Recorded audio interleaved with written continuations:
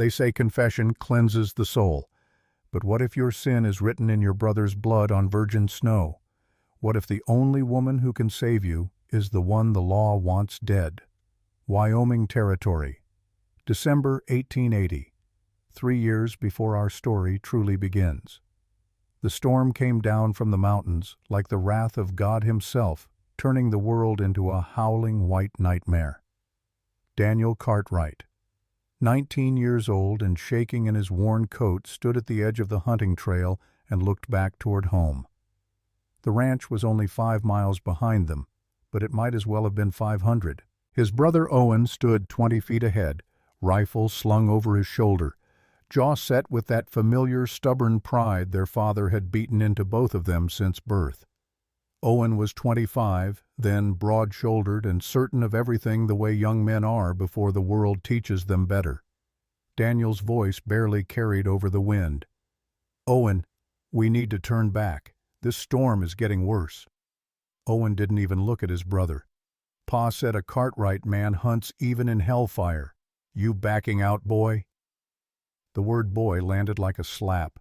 Their father had died 2 months earlier, and Owen had stepped into his boots like they'd been waiting for him his whole life.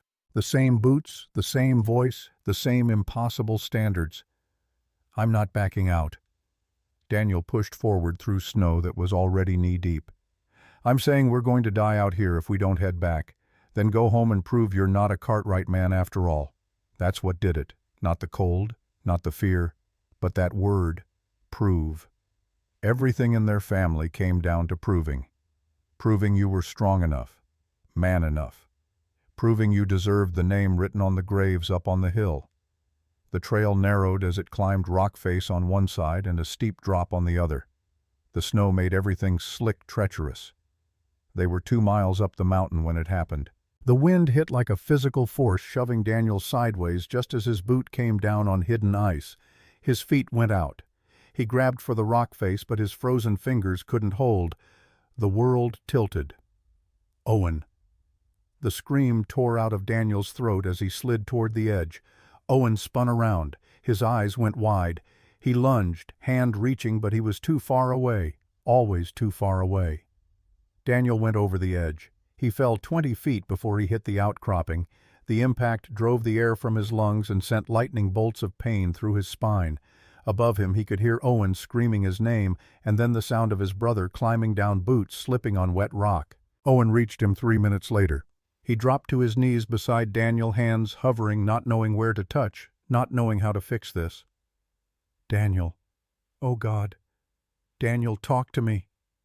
Daniel tried. He opened his mouth and blood came out instead of words. Something was broken inside him, something essential.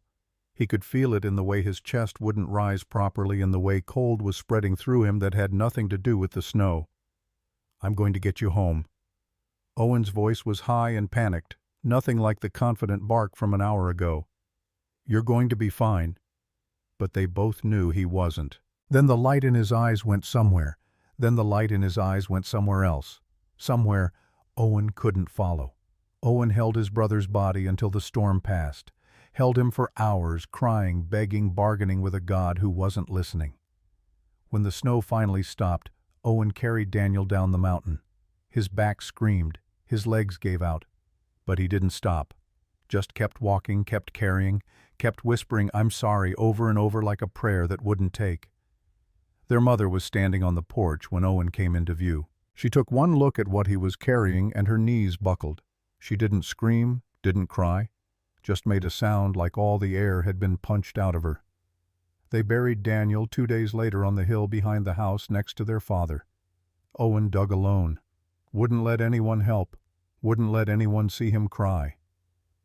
His mother stopped eating. Stopped talking. Just sat in her rocking chair by the window looking out at the mountains that had taken her youngest son. 2 months later she died in her sleep. The doctor said it was her heart, but Owen knew better. You can die of grief just as surely as you can die of a bullet. They buried her next to Daniel. And then Owen was alone. 3 years passed in a blur of work and guilt and whiskey that couldn't wash away the blood on the snow.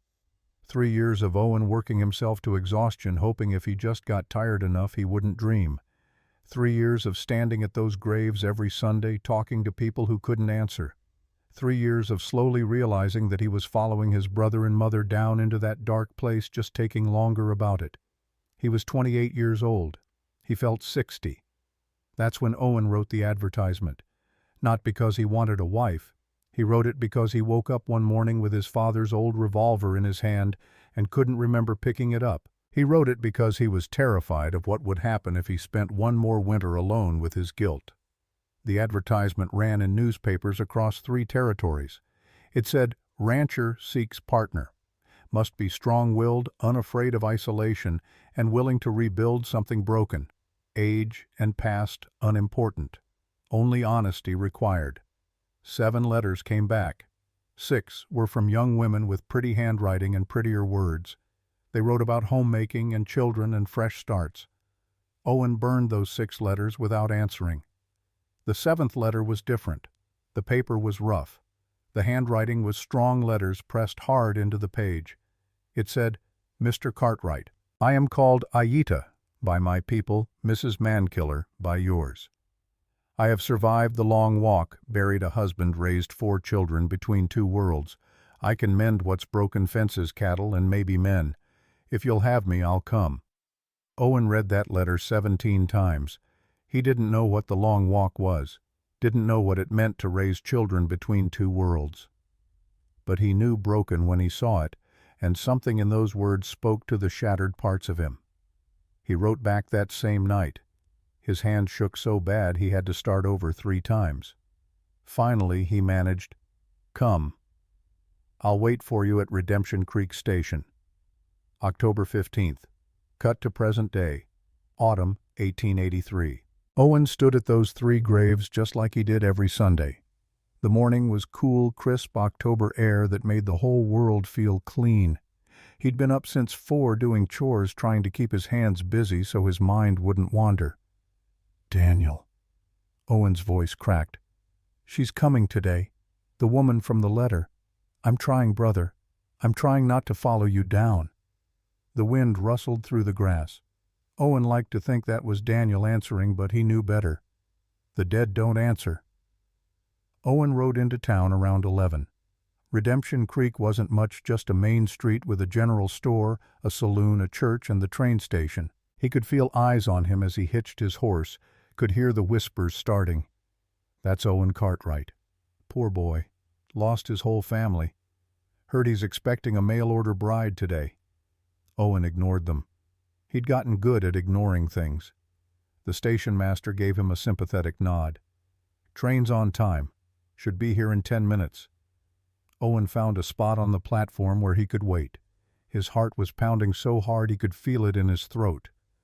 What if she took one look at him and got back on the train? The train whistle screamed in the distance. The train came around the bend, black smoke pouring from its stack wheels, screeching. It pulled into the station with a hiss of steam and a smell of coal and hot metal. Doors opened. A merchant stepped down. A young couple holding hands. An old man with a cane. And then she appeared. Aita Mankiller didn't step down from the train.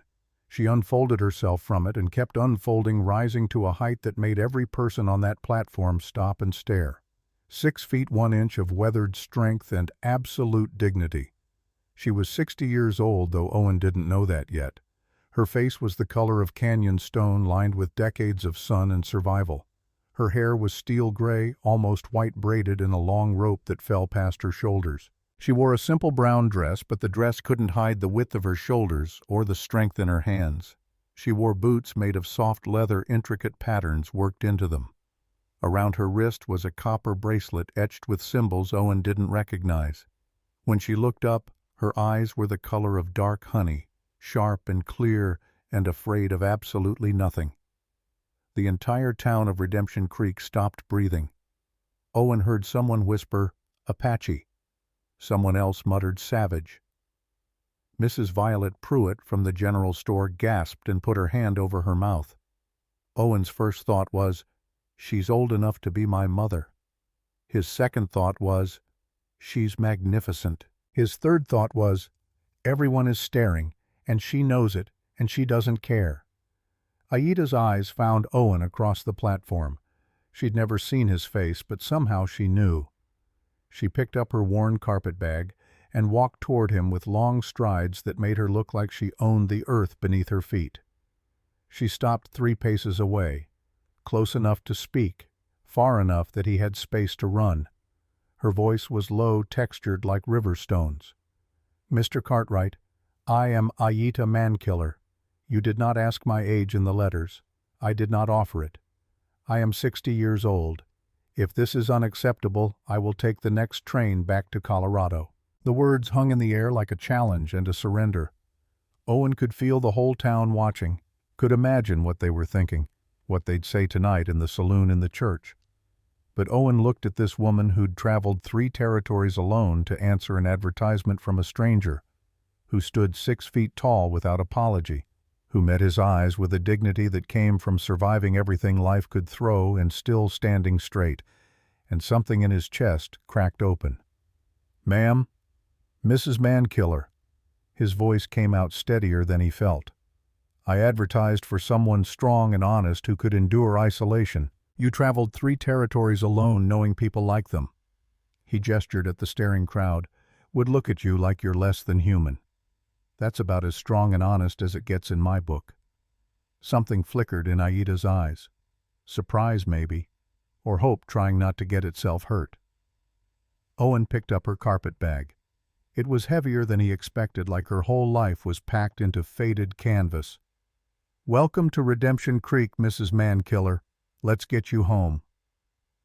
The word home made her face transform just for a second, just a flicker from dignified resignation to something that looked like hope. She nodded once sharp and decided and followed him to the wagon. As they rolled out of town, Owen could feel eyes burning into his back. But Aida sat straight-backed beside him, taking in the sage-covered hills and distant mountains with the focus of someone calculating land value and water rights. She wasn't some helpless woman who needed rescuing. She was a partner assessing an investment, and somehow that made Owen sit up straighter too. The ride to Owen's ranch took 2 hours through country that rolled like a wrinkled blanket, all sage and wild grass, and the kind of silence that made city folk nervous but felt like home to people who understood loneliness. Aida's hand covered his on the reins just for a moment. The touch burned through him, unexpected and powerful. "I'm sorry about your family. That's a terrible burden for a young man to carry alone. I manage." "Managing ain't the same as thriving, is it?" She said it gentle, without judgment, and Owen felt something in his chest loosen just slightly, like a knot finally getting a little slack. When his ranch house came into view sitting in a valley between hills, Aida leaned forward, studying it with a professional eye. The house was weathered gray wood, simple and solid, with a porch that sagged slightly and windows that hadn't seen curtains in 3 years. The barn was bigger than the house. Corrals stretched out behind, and in the distance cattle grazed near a creek line that glinted silver. "Good bones." Aida's voice carried approval. "Needs work, needs a woman's touch, but good bones. Your father built this." "Yes, ma'am. Took him 5 years. He built something worth keeping." Aida climbed down before Owen could help her, moving with easy strength. She stood in his yard, hands on her hips, surveying his life's work, and Owen found himself holding his breath. Owen showed her to his parents' old bedroom. He'd cleaned it frantically, scrubbing floors and changing sheets, trying to make it less like a room where people had died. "It's perfect," she said quietly. "Thank you. I'll let you get settled. Dinner's at 6. That sounds fine." Aida set her bag on the bed. "Mr. Cartwright." "Owen." He turned back. "Yes, ma'am. Thank you for not sending me away." The words hit him harder than they should have. "Ma'am, I'm the one who should be thanking you." "Maybe that's exactly why I came." Aida's smile was small but real, because a stranger who admits he's barely holding together is more honest than most folks who pretend they're fine. That evening was careful and polite, 2 strangers trying to figure out how to exist in the same space. Owen cooked the stew. It was passable. Aida ate without complaint, even complimented the seasoning. Over dinner, Aida folded her hands on the table. "Owen, I should be clear about my situation. I'm 60 years old. I was married for 35 years to a good man named Harold Mankiller who died in a mining cave-in. I have 4 children, all grown. Sarah in Denver, 2 sons in California, and Rebecca in Kansas. She paused, took a breath. After Harold died, I lived with Sarah for 2 years. She was kind. Her husband was kind. The grandchildren were sweet. Her voice went flat. And I couldn't bear it. Being the old widow in the corner helping with needlework and minding babies and slowly disappearing into furniture. I wanted to feel useful again. Necessary. Alive. She met his eyes directly. I know what you're thinking. Why would a young man want an old woman? I can work harder than most women half my age. I can run cattle, break horses, shoot straight, preserve food, manage accounts, and fix most things that break. What I can't give you is children. What I can't give you is 40 more years. But what I can give you is partnership, honest work, and she hesitated. And company. If that's enough, I'll stay. If it's not, I'll leave tomorrow. The words hung in the lamplight. Owen's heart was pounding. He thought about the silence that had been eating him alive, the way he'd started talking to his horses just to hear words spoken. He thought about the ranch dying around him because one man couldn't do the work of 4. He thought about this woman who'd traveled 3 territories alone because she refused to fade away quietly, who stood 6 feet tall and didn't apologize for existing. Mrs. Mankiller. Aida. Owen's voice was rough. I'm 28 years old. I've been trying to keep this ranch alive by myself for 3 years. I'm failing. The admission hurt, but it also felt like lancing a wound. I can't do this alone anymore. I don't want to do this alone anymore. He stopped, struggled for words. I don't care that you're 60. I don't care that you can't give me children. What I care about is having a partner, someone who understands work, someone strong. Aida's face did something complicated, surprise and relief and something that looked almost like hope. Then I'll stay. We'll be partners. They shook hands across the table, formal as a business contract. But when Owen's hand closed around hers, so warm and solid and real, something passed between them that felt like more than business. The next morning, Owen woke to the smell of coffee and bacon. He stumbled out of his bedroom and found Aida already dressed and working in his kitchen like she'd been doing it for years. Morning, she didn't look up from the stove. Coffee's ready. I found eggs in the coop. Owen poured coffee with hands that weren't quite steady. You didn't have to do all this. I was awake and idle hands make me nervous. She plated the food. Besides, we have work to do today. That fence in the north pasture won't mend itself. Owen blinked. You notice the fence, I notice everything. Aida finally looked at him, eyes holding amusement. You've got cattle with hoof rot that need treating. Your barn door is hanging crooked. And you've got a leak in the roof. Owen stared at her. You got all that from 2 hours here yesterday, I told you. I notice everything. Eat. We've got a long day ahead. The first 2 weeks fell into a rhythm. Aida worked like 3 men and never complained. She mended the fence that had been sagging for months. She reorganized his kitchen with ruthless efficiency. She rode out with him to check cattle and spotted sick animals he'd missed, treated them with herbs and techniques he'd never seen. In the evenings they sat by the fire, sometimes talking, sometimes silent, but it was the kind of silence that felt like companionship instead of loneliness. Owen found himself watching her when she didn't notice.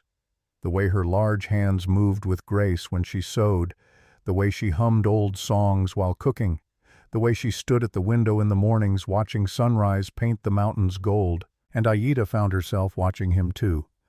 This young man with old eyes who worked himself half to death every day, who was gentle with his horses and patient with his cattle, who carried grief like a stone he couldn't put down. He was young enough to be her son, but there was nothing boyish about Owen Cartwright. He was a man forged hard by loss. And something in Aida's chest, something she thought had died with Harold, began to wake up and remember what it felt like to want something. On the 6th day, Owen found Aida sitting by the creek. She was weaving something from willow branches and thread her fingers moving in complex patterns. He'd been about to call her for lunch, but something in her posture stopped him. You're very loud in your silence, Owen Cartwright. She spoke without looking up. "I'm sorry. I didn't mean to disturb you. You're not disturbing me. Come, sit." She patted the ground beside her. Owen sat close enough to see the intricate web she was creating, a circle of willow with threads woven across it. "What is that, a dream catcher? My people believe bad dreams get caught in the web and only good dreams can pass through." She held it up to the light.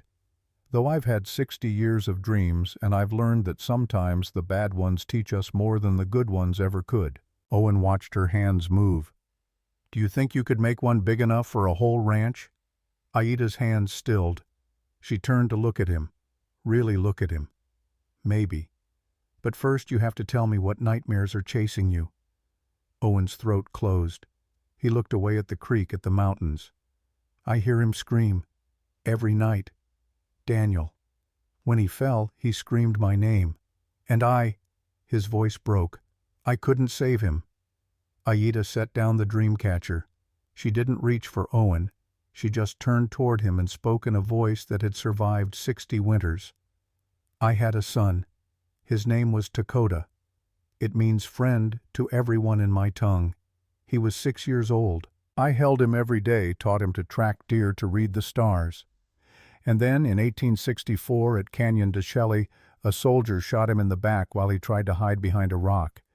He died in my arms. I held him while he died, and he didn't scream. He just—" She paused, stopped breathing. One moment he was looking at me, and the next he was looking through me. "I'm sorry." The words felt inadequate. "Don't be sorry. Be alive." Aida's voice grew stronger. "That's what Dakota would want. That's what your Daniel wants. Not for you to carry his death like a stone that's drowning you, but for you to live, really live."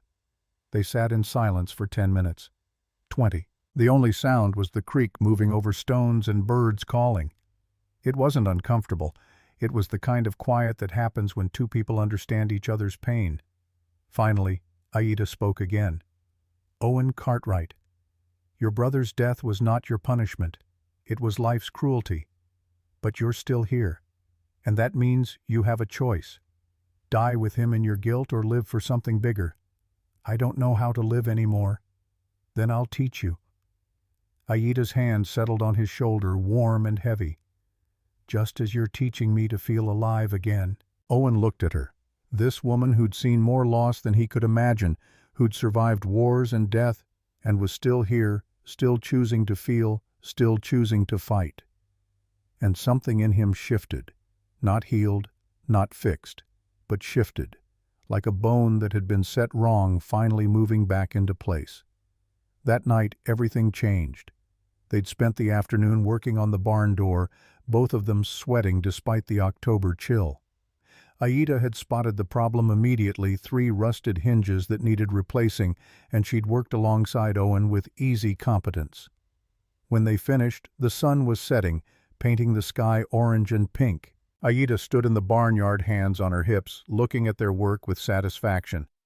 "That'll hold another 10 years at least." Owen stood beside her, so aware of her presence it was almost painful. In 2 weeks she'd become essential to this place. To him. The ranch ran better. The house felt like a home again. But more than that, he felt better. Like maybe there was a future after all. "Thank you." The words came out rough. "For everything. For coming here. For staying. You don't have to thank me. I should be thanking you. You gave me a reason to matter again. You matter." Owen's voice was fierce. "You matter so much. I can't imagine this place without you now. Can't imagine my life without you in it." Something flickered in Aida's eyes. Want and fear mixed together. "Owen, don't." "Don't what?" "Don't say things that will break my heart when you change your mind." "I won't change my mind." "You say that now." "But I'm 60 years old. You're 28. Sooner or later you'll realize you could have had a young wife, children, a real future. You are my real future." Owen took a step closer. "These past 2 weeks you've made me feel alive again. I don't want some imaginary young wife. I want you." The words hung in the air, truth so raw it hurt. Aida's breath caught. Her eyes were bright with unshed tears. "Owen, I can't give you children. I can't give you decades. All I can give you is now. Then give me now. Owen reached out slowly. His hand touched her cheek, rough calluses against weathered skin. Give me every now we have. That's more than enough. Aida's hand came up to cover his, so much larger, so warm. And then finally she leaned in. Their foreheads touched. Their breath mingled. And for a long moment they just stood there, two people who'd been alone too long. The sound of hoofbeats shattered the moment. They sprang apart, both spinning toward the noise. A horse was galloping toward the ranch rider, bent low, moving fast. Too fast for a social call. Owen's hand went to the rifle near the barn door. Aida moved beside him, and he noticed she'd pulled a knife from somewhere. The rider came into the yard and practically fell off the horse. It was a cowboy Owen knew slightly from town. Silas Drummond, mid-30s, lean and weathered, but right now his face was wild with panic. Cartwright. Thank God. I need help. There's... He looked at Aida, went pale but pressed on. There's a woman. She's hurt bad. And the man who hurt her, I think I killed him. Before Owen could respond, Aida was moving. Where is she? In your barn. Silas's voice shook. Vernon Holloway's been hunting her since she ran. He caught up to us 5 miles from here. He was going to kill her. I had to shoot him. Owen and Aida ran for the barn. Inside, huddled in the corner, was a woman in her early 30s, tall and thin, dark hair matted with sweat. Her face was bruised. Her dress was torn. Her hands shook. Aida dropped to her knees beside the woman with surprising gentleness. Easy now. You're safe. No one's going to hurt you here. The woman looked up with eyes that had seen too much. He'll find me. Vernon always finds me. Not this time. Aida's voice was iron. This time you're under my protection. Owen grabbed Silas. Where's the body behind the barn? Silas looked sick. I've never killed a man before, but he was going to shoot her. I couldn't let him. Owen ran around the barn. In the gathering dark, he could just make out a shape on the ground. A man, 40-ish, well-dressed, blood spreading from his chest. Owen knelt, checked for a pulse. Found one, faint and thready. He's not dead. Owen's voice was grim. But he will be if we don't do something. Aida appeared beside him, moving silent as a ghost. She knelt, examined the wound. The bullet went through his lung. Even if we get him to a doctor, he probably won't make it. And if he does, she looked at Owen, he'll have Silas hanged. And he'll take that woman back. Owen understood what she wasn't saying. What are you suggesting? Aida's face was hard. I'm suggesting we let nature take its course. We bury him tonight. Tell anyone who asks that we never saw him. Owen's whole body went cold. That's murder. No. Aida stood. Murder is what Vernon Holloway did to that woman for years. This is justice. They stared at each other across the dying man. Owen thought about laws and right and wrong, thought about his brother, about guilt. But then he thought about the woman's face, about the terror in her eyes. We bury him. Owen's voice was hollow. Tonight. And we never speak of this again. They buried Vernon Holloway in an unmarked grave 2 miles from the ranch. Silas dug. Owen helped. Aida kept watch. No one spoke. By midnight it was done, and 3 people carried a secret that would bind them forever. When they returned, the woman was still in the barn. Aida brought her water, food, a blanket, spoke to her in low tones until finally she stopped shaking enough to drink. My name is Grace Holloway. Her voice was barely a whisper. I've been married to Vernon for 8 years. He's been beating me for 7. I tried to leave twice. He found me both times. This time I thought maybe if I got far enough. But he found me again. Not anymore. Aida's hand rested on Grace's shoulder. He can't hurt you anymore. You're safe now. How Grace's eyes were hollow. How am I safe? He won't be coming back. Owen's voice was flat. Grace looked between them, understanding dawning. You killed him? No. Aida's voice was steady. The earth claimed him. That's all anyone needs to know. Grace started crying, then huge, gasping sobs. But they weren't sobs of grief. They were relief. Years of terror pouring out. Aida held her through it. This woman she didn't know held her like she was precious. Owen watched from the doorway, watched this 60-year-old Apache woman comfort a stranger, watched her show more compassion in 5 minutes than he'd seen from the whole town in 3 years. He was falling in love with Aida Mankiller. Not despite her age, not despite her past. Because of it. Because of her strength. Because of her refusal to let the world make her small. Because of the way she looked at broken things and saw what they could become. Later that night, after Grace was settled and Silas bedded down in the barn, Owen found Aida standing outside looking up at the stars. He came to stand beside her close enough that their shoulders almost touched. "Thank you for what you did tonight, for Grace." Aida didn't look at him. "I've seen too many women destroyed by men who claimed to love them. I wasn't going to stand by and watch it happen again. Still, you could have turned them away. But you helped. You didn't hesitate. Because hesitation gets people killed." Aida finally turned to him. "Because I know what it's like to be hunted, to be told you're less than human. Is that what happened to you? During the wars?" Aida's jaw tightened. "That's a long story for another night." "Then tell me another night." Owen reached out, took her hand. "But tell me. I want to know everything about you. Want to understand where you came from. What made you this incredible woman?" Aida's breath caught. "Owen, you can't say things like that." "Why not?" Because her voice broke. "Because I'm starting to believe you mean them. And if I believe you, if I let myself want you, and then you realize your mistake, it'll break me." Owen brought her hand to his lips, kissed her scarred knuckles. "I mean every word. And I'm not going to realize anything except that I should have said this 2 weeks ago. Aida Mankiller, you are the strongest, bravest, most incredible woman I've ever met. And I don't want to spend another day pretending you're just a hired hand. I want more than that. What do you want, you, just you, however you'll have me?" Aida closed her eyes.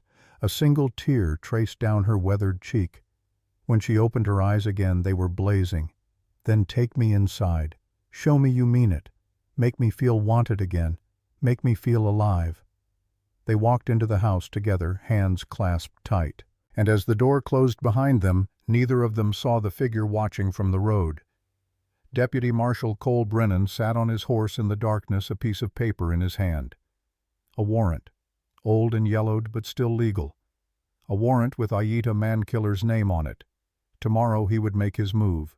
Tomorrow everything would change. But tonight, Owen and Aida had a few more hours of peace. A few more hours to feel alive. The morning after Grace arrived, Owen woke to find Aida already in the kitchen kneading bread dough with strong, rhythmic movements. Sunlight streamed through the window, catching the silver in her hair and making it glow like spun metal. She looked up when he entered, and for a moment neither of them spoke. The memory of last night hung between them, the words they'd said, the promises half made. "Grace is still sleeping." Aida's voice was soft. The girl's exhausted. Body and soul both. Owen poured himself coffee, his hands not quite steady. "What are we going to do about her? About Silas?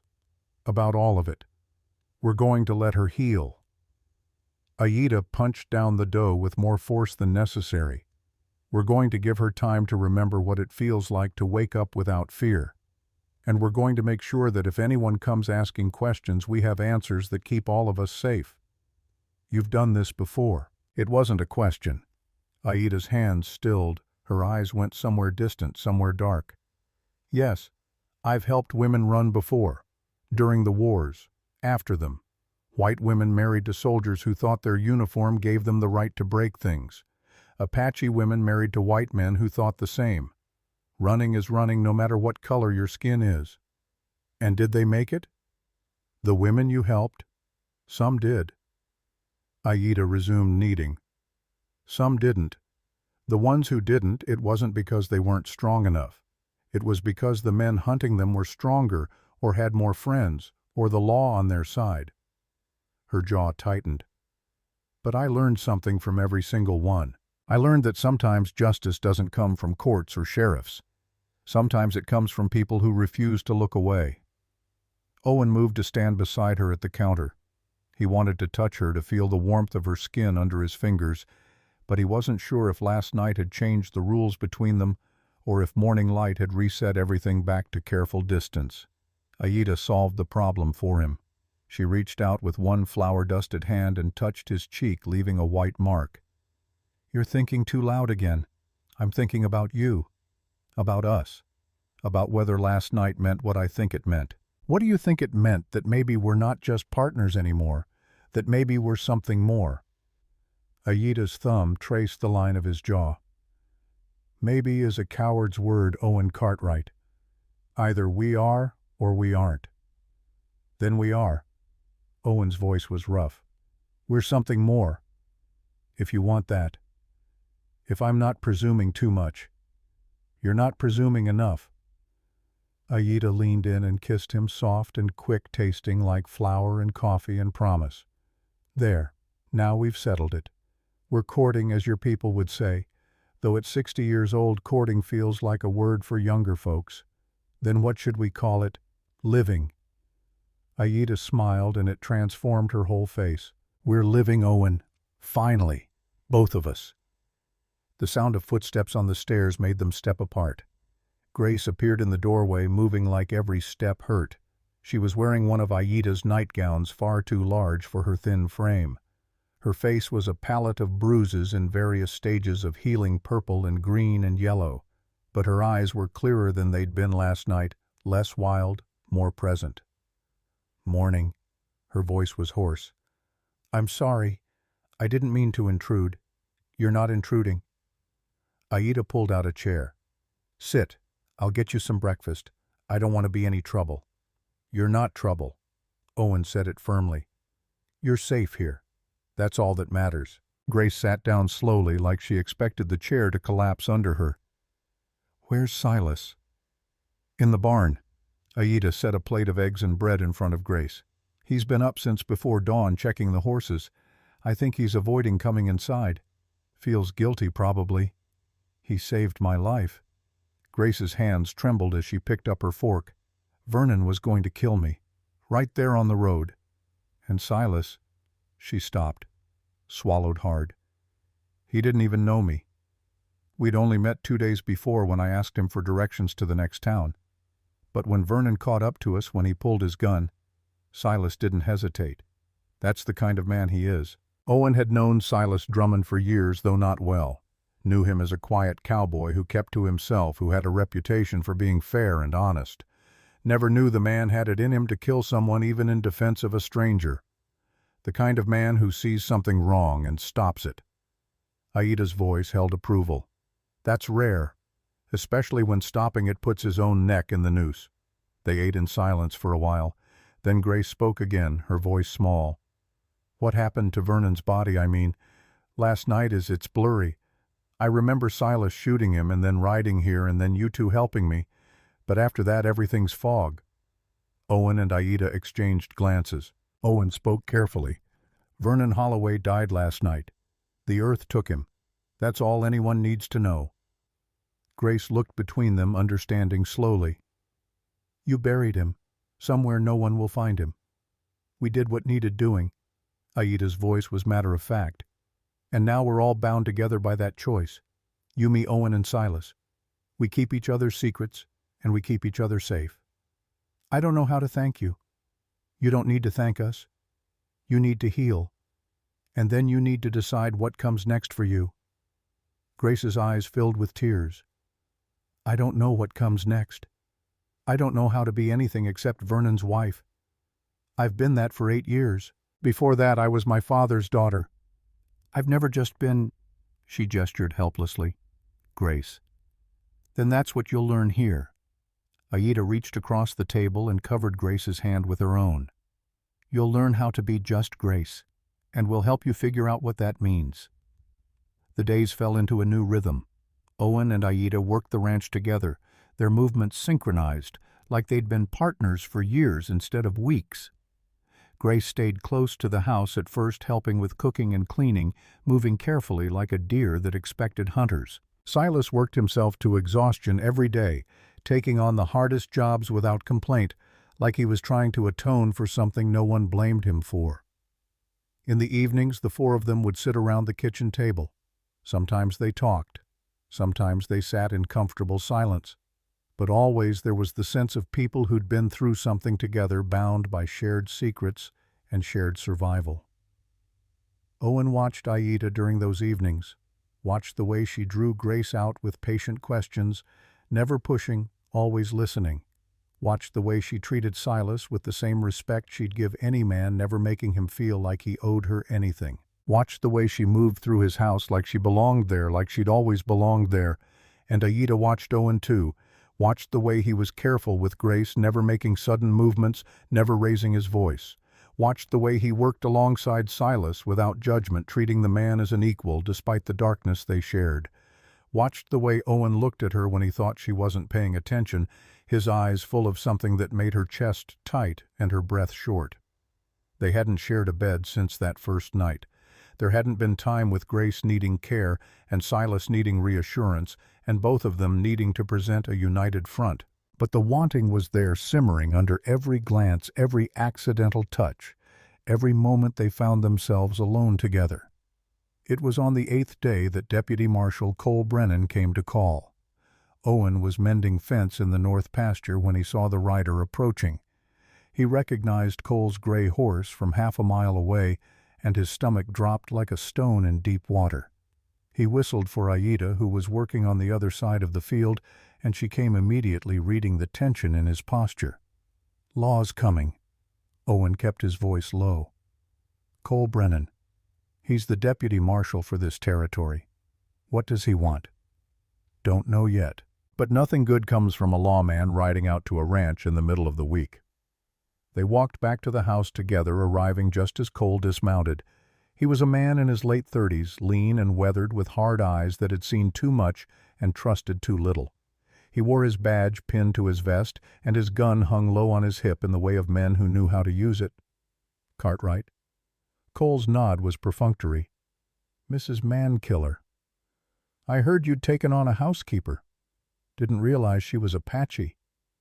The word Apache came out like an accusation. Aida's spine straightened, but her face remained impassive.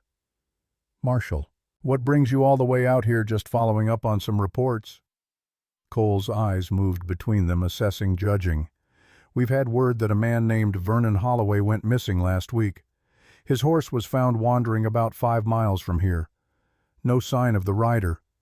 Owen's heart hammered, but he kept his face neutral. "Can't say I know the name. We get wandering horses through here sometimes. Usually means the rider got thrown or got lost. Usually." Cole's eyes were sharp, but Vernon Holloway wasn't the kind of man to get lost. He was tracking his wife, Grace. She ran off from their ranch 3 weeks back. He'd been following her trail, and that trail led right through this area. "Haven't seen any woman matching that description?" Owen's voice was steady. "Just me, Mrs. Mankiller here, and a hired hand who helps with the cattle. Mind if I take a look around?" "Actually, I do mind." Owen crossed his arms. "You got a warrant, Marshal?" "Don't need a warrant to look around a man's property when I'm investigating a missing person." "Actually, you do." Aida's voice was calm, but it carried steel underneath. "The Fourth Amendment protects against unreasonable search and seizure. If you want to search this property, you'll need probable cause or a warrant. Do you have either?" Cole's jaw tightened. He turned his full attention to Aida, and something ugly flickered in his eyes. "You know a lot about the law for a squaw. Where'd you learn that?" "In some reservation school. I learned it by reading." Aida didn't flinch. "The Constitution applies to everyone, Marshal, even to Apache women and the men who give them shelter." The tension stretched tight as a wire. Cole's hand moved toward his gun, not threatening exactly, but not casual either. Owen stepped forward, putting himself slightly between Cole and Aida. "Marshal, if you've got business here, state it clearly. Otherwise, I've got work to do." Cole stared at Owen for a long moment. Then he smiled, and it wasn't a pleasant expression. "I'll be back.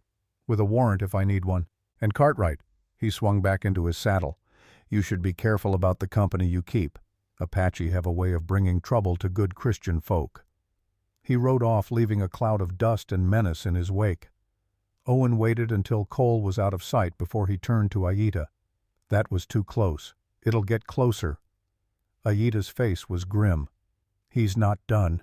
Men like him never are. What do you mean, men like him? Men who fought in the wars. I saw it in his eyes, Owen.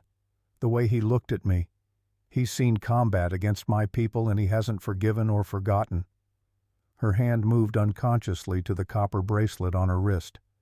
And there's something else. Something I haven't told you. What? Aida took a deep breath. There's a warrant for my arrest. An old one from 1872. During the Apache Wars, I was part of a group that ambushed a cavalry patrol. We were defending our families, defending women and children the soldiers were rounding up to take to the reservation. But the law doesn't care about context. 3 soldiers died that day. I'm wanted for their deaths. Owen felt like the ground had shifted under his feet. You killed 3 soldiers. I fought 3 soldiers. Aida's voice was steady. And yes, they died. But Owen, they were killing us. They'd already shot my son. They were burning our homes. What was I supposed to do? Stand there and watch? No. No, of course not. Owen's mind was racing. But if there's a warrant, if Cole finds out, he'll arrest you. He'll take you away. I know. Aida's face was calm, but her eyes held fear. That's why I told you. Because if Cole comes back, if he brings that warrant, I'll have to run. And I need you to know that it's not because I want to leave. It's because I have no choice. The hell you don't. Owen grabbed her shoulders. You're not running. We'll fight this. There have to be pardons, amnesty programs. The war's been over for years. Pardons exist, but they require proof. Aida's voice was bitter. Proof that you surrendered by a certain date. Proof that you've been living peacefully. I have some of that. I married Harold in 1874. We had a life together. But I don't know if it's enough. Then we'll make it enough. We'll get a lawyer. We'll fight this in court. And what about Grace? What about Vernon's body? Aida shook her head. Owen, if the law starts digging into my past, they'll dig into everything. They'll find out about Vernon. They'll arrest Silas. They might arrest you too as an accessory. Owen's hands dropped. He turned away, staring at the mountains in the distance. The same mountains where his brother had died. The same mountains that seemed to take everything he cared about. I'm not letting you go. His voice was rough. I just found you. I just started living again. I'm not giving that up. You might not have a choice. Then we'll make a choice. Owen turned back. We'll figure this out together. That's what partners do, remember. Before Aida could respond, the sound of a scream cut through the air. Both of them ran toward the house. They burst through the door to find Grace backed into a corner, a knife in her hand, facing Silas, who stood frozen in the doorway with his hands up. Grace, it's just me. Silas's voice was calm, soothing. I was just coming in for water. I didn't mean to startle you. Don't! Grace's voice was high and panicked. Don't come closer! Aida moved slowly into Grace's line of sight. Grace. Honey. Look at me. That's Silas. He's not going to hurt you. I know it's Silas. Grace was crying now, the knife shaking in her hand. But I heard footsteps behind me and I thought it was Vernon. I thought he'd found me. I thought he was going to. He's gone. Aida spoke with absolute certainty. Vernon Holloway is gone and he's never coming back. You're safe here. Am I? Grace lowered the knife slowly. Because that marshal who was here, he was asking about Vernon. He knows Vernon was looking for me. What happens when he figures out Vernon disappeared near here? Nothing happens.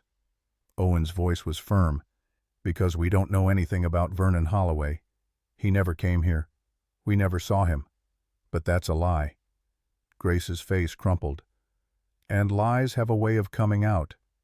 I've lied for 8 years, telling people I fell down the stairs, that I bruised easily, that Vernon loved me and I loved him. All lies. And those lies nearly killed me. Silas spoke from the doorway, his voice rough. This isn't the same kind of lie, Grace. That lie protected your abuser. This lie protects you. Does it? Or does it just trap all of us in something we can't escape? The room fell silent. It was Aida who finally spoke. Grace, the truth is complicated. Yes, we lied to that marshal. Yes, we'll have to keep lying. But sometimes survival requires lies. Sometimes staying alive means bending the truth until it fits the shape you need. Grace sank into a chair, the knife clattering to the table.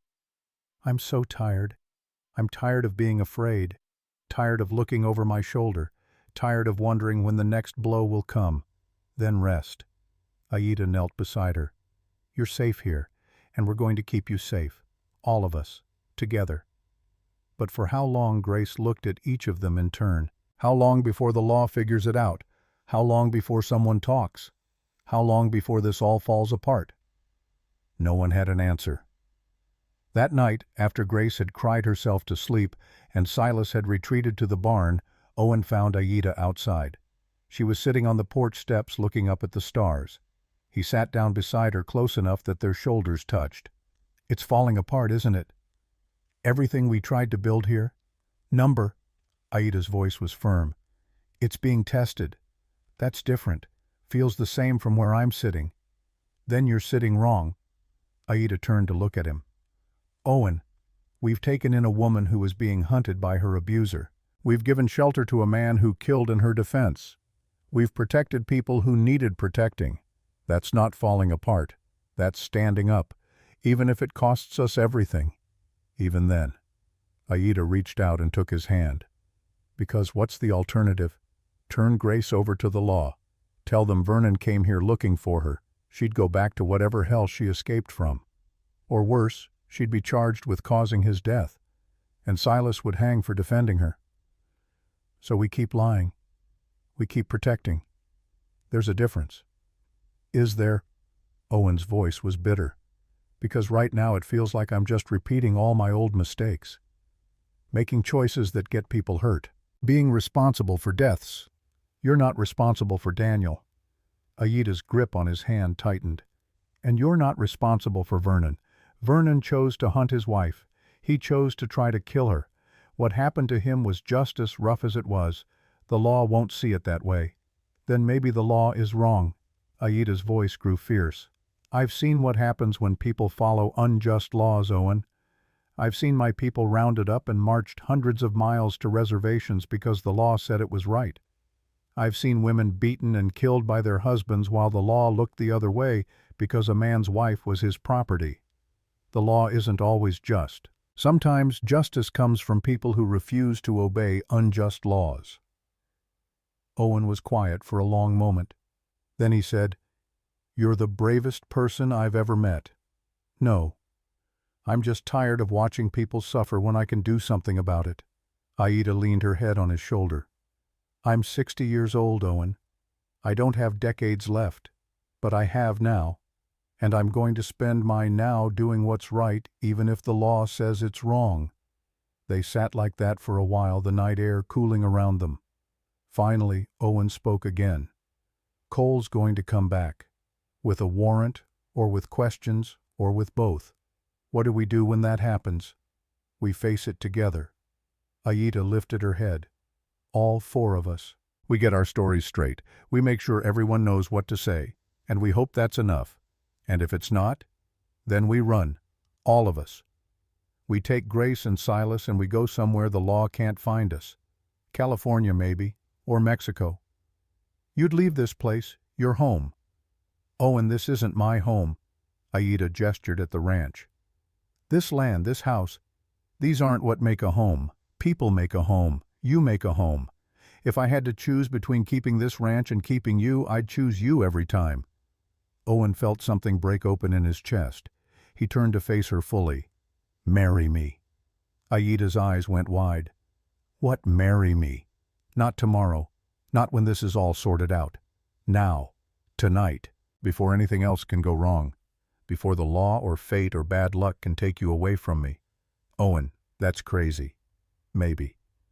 But so is everything else we've done. So is hiding a body. So is lying to a marshal. So is falling in love with a woman 32 years older than me who's wanted by the law. Owen cupped her face in his hands. I love you, Aida man-killer. I love your strength and your courage and your absolute refusal to let the world make you small. and I don't want to waste another day not being married to you." Tears streamed down Aida's weathered face. "I love you too.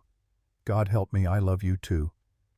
But Owen, marriage won't protect me from that warrant. It might make things worse for you. I don't care. If you're arrested, I want to be your husband, not just your partner. I want the legal right to fight for you. And if we have to run, I want to run as your husband." Aida laughed through her tears. "You're completely insane. Is that a yes?" "It's a yes. God help us both, it's a yes." They kissed on the porch steps under a sky full of stars. And when they finally pulled apart, they were both grinning like fools. The next morning, Owen rode into town and came back with Reverend Jonah Whitfield. The Reverend was 68 years old, white-haired and kind-eyed, a man who'd seen enough of life to know that love came in unexpected packages. "Owen, are you sure about this?" Reverend Whitfield stood in the kitchen looking between Owen and Aida. "Marriage is a serious commitment. I've never been more sure of anything in my life." Owen's hand was clasped tight with Aida's. "We want to do this now, Reverend, today.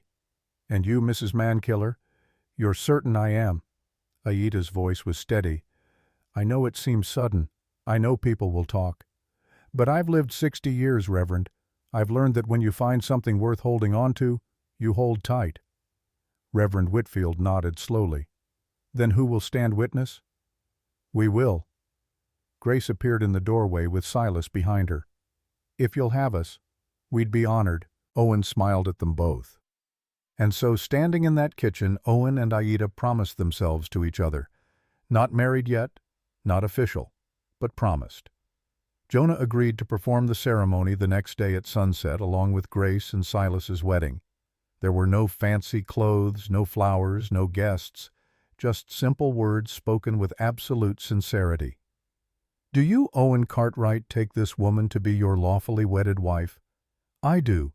"Do you, Aida Mankiller, take this man to be your lawfully wedded husband?" "I do." Aida's voice was strong and clear. "Then by the power vested in me, I now pronounce you husband and wife." Reverend Whitfield smiled. "You may kiss your bride." Owen kissed Aida like it was the first and last kiss all at once. Grace cried. Silas grinned. The Reverend blessed them both. When it was done, Reverend Whitfield pulled Owen aside. "I hope you know what you're doing, son. There are people in town who won't take kindly to this match. Let them talk. It's not just talk I'm worried about." The Reverend's face was serious. "There's a deputy marshal been asking questions. About Mrs. Mankiller, about you, about any strangers who've passed through. He came to me yesterday wanting to know if I'd seen an Apache woman and a cowboy traveling with a thin woman." "What did you tell him, that I hadn't seen anyone matching that description?" The Reverend held Owen's gaze. "I lied to a lawman for you, Owen, because I believe in what you're doing, but that lie won't hold forever. Cole Brennan is persistent and he's got resources. I know. We're prepared for that. Are you? Because from where I'm standing, you've got a wife who's wanted for crimes from a decade ago. You're sheltering a woman whose husband just disappeared, and you're protecting a man who killed that husband. That's a lot of weight to carry. We'll carry it together." Owen's voice was firm. "That's what family does. Then may God protect you all." The Reverend shook his head. "Because you're going to need his help." After Reverend Whitfield left, the four of them sat around the table. The weight of everything they faced hung heavy in the air. "We need a plan." Silas spoke up for the first time all morning. "Cole's going to come back, probably soon, and when he does, we need to know exactly what we're going to say." Owen nodded. "First, the story about Vernon. None of us ever saw him. He never came here. His horse might have wandered through, but we never saw the rider. What if someone saw us?" Grace's voice was small. "Silas and me riding together. What if someone told Cole, 'We say you hired Silas as a guide'?" Aida's mind was working fast. "You were traveling west looking for work and you needed someone who knew the territory. Silas was between jobs, so you paid him to guide you. You passed near here, but you never stopped. That explains why you were together without raising suspicions about your relationship to Vernon." "And what about me?" Aida continued. "Cole knows I'm here. He knows I'm Apache. If he brings that warrant, what's our story? We fight it." Owen's jaw was set. We show proof that you've been living peacefully since 1874. Your marriage certificate to Harold. Documents showing you've been law-abiding. We get Reverend Whitfield to testify to your character. We make the case that the warrant is old, the circumstances were war, and you deserve to have it dismissed. And if that doesn't work, then we use the backup plan. Owen looked at each of them. I have money saved. Not a lot, but enough to get all four of us to California. We've got horses' supplies. If it comes to it, we run. Together. I can't ask you to do that. Aida's eyes were bright. To give up everything you've built here. You're not asking. I'm offering. Owen's hand covered hers. This ranch is just land and buildings. You're my home now. Wherever you go, that's where I belong. Grace spoke up, her voice stronger than before. I want to help. Whatever you need me to do, I'll do it. You've given me my life back. I owe you everything. You don't owe us anything. Silas's voice was gentle. But if you want to help, we could use another set of hands preparing for the possibility of leaving. Supplies to gather, things to pack, plans to make. Then that's what I'll do. Grace straightened her shoulders. I'm tired of being a victim. It's time I started being a survivor. 5 days passed. 5 days of careful preparation and tense waiting. They worked the ranch during the day trying to maintain normalcy, but in the evenings they packed supplies, organized documents, and made contingency plans. Aida taught Grace how to shoot patient and methodical. Owen and Silas scouted escape routes, mapping paths through the mountains that would be difficult to follow. Reverend Whitfield came by twice more, bringing news from town and offering quiet support. On the 6th day, Cole Brennan came back, but this time he wasn't alone. Owen saw them coming from a mile away. 5 riders, Cole in the lead. His stomach dropped. They're here. Owen's voice was calm, but his hands were shaking. Aida, Grace, Silas. They're here. Everyone moved into position. They'd practiced this. Aida and Grace went into the house. Silas positioned himself near the barn, visible but not threatening. Owen stood in the yard waiting. Cole dismounted, and this time he was holding a piece of paper. Behind him, 4 men stayed on their horses. 2 of them wore deputy badges. The other 2 looked like hired guns. Cartwright. Cole's voice carried across the yard. I've got a warrant here for the arrest of Aida Mankiller, also known as Aida Iron Oak, wanted for assault on federal troops during the Apache Wars of 1872. Owen's heart was pounding, but he kept his face neutral. Let me see that warrant. Cole handed it over. Owen read it carefully. The warrant was real, dated 1872, signed by a federal judge. It named Aida specifically and listed charges of assault with intent to kill, conspiracy to commit murder, and insurrection. This warrant is 12 years old. Owen's voice was steady. A lot has changed since then. Law doesn't have an expiration date. Cole's smile was cold. Now, are you going to bring her out, or do I need to go in and get her? The door to the house opened, and Aida stepped out. She was dressed simply, but she held herself like a queen. In her hands she carried a leather folder. Marshal Brennan. Her voice was calm. I am Aida Mankiller. I believe you're looking for me. Cole's hand moved to his gun. You're under arrest. On what grounds? Aida didn't move. That warrant is from 1872.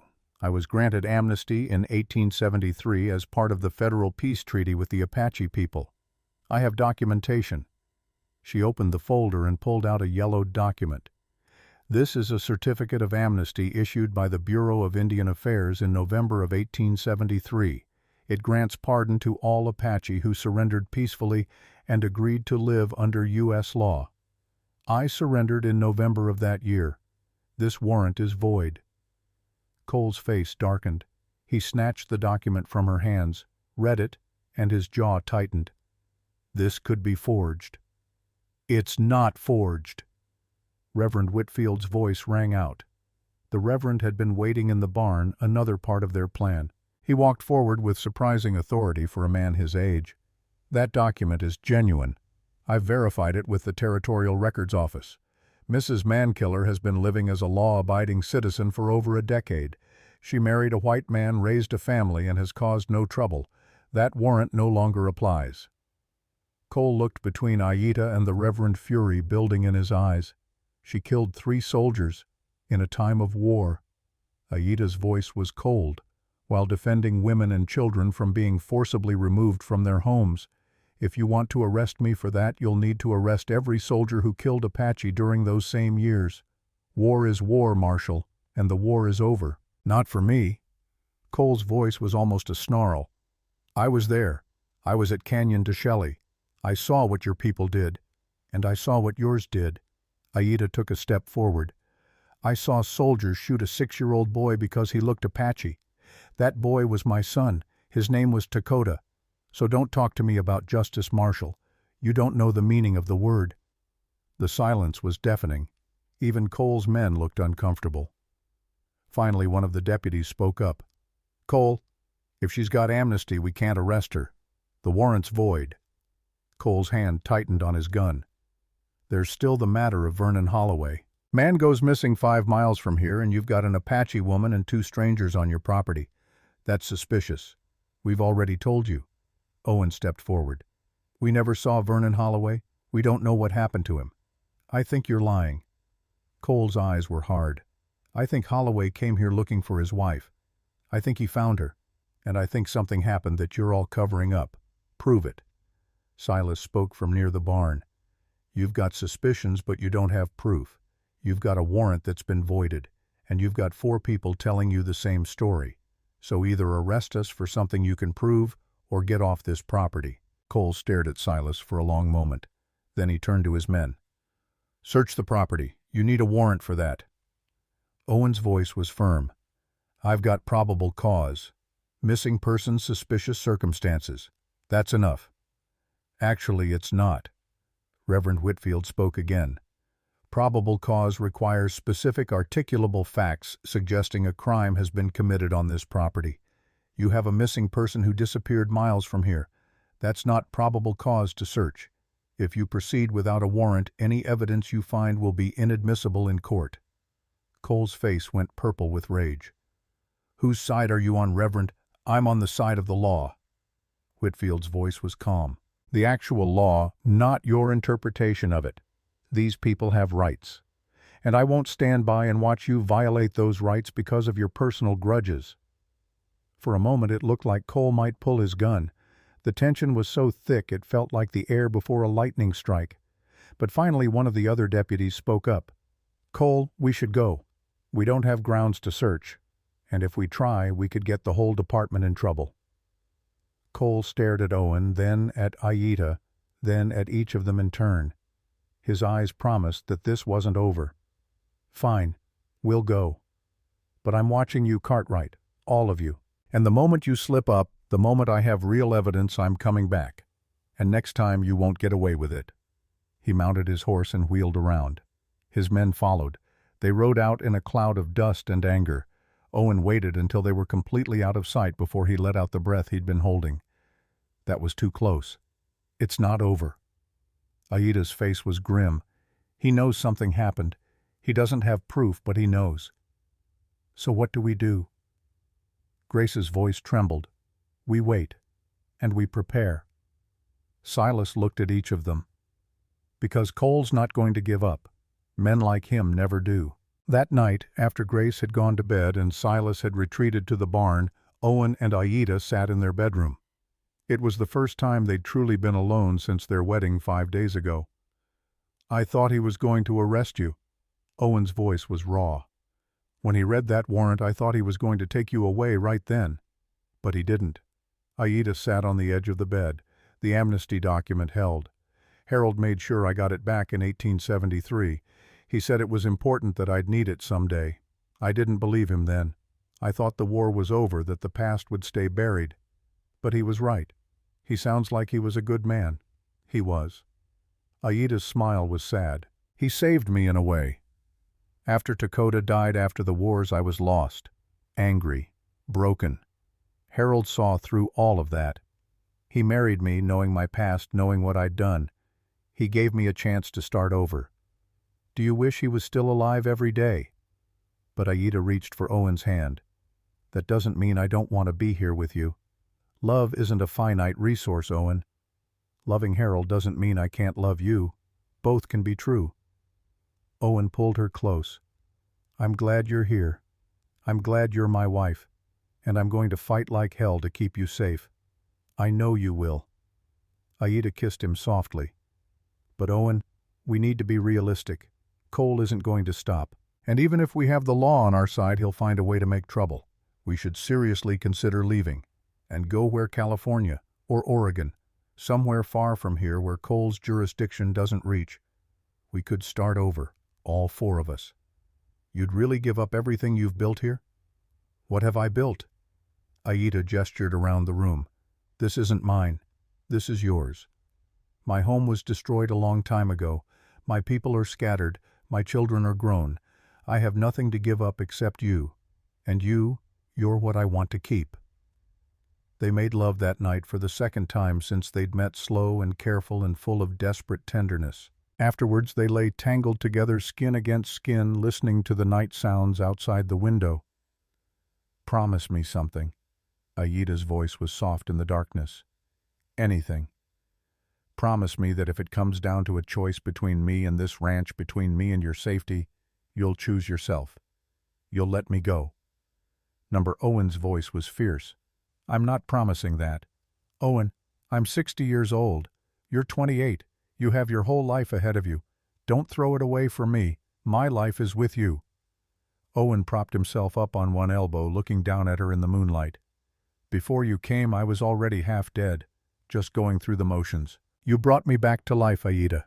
You made me want to live again. So don't ask me to give that up.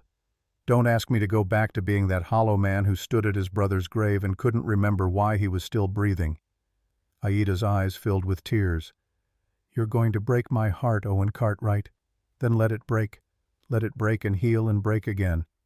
That's what it means to be alive.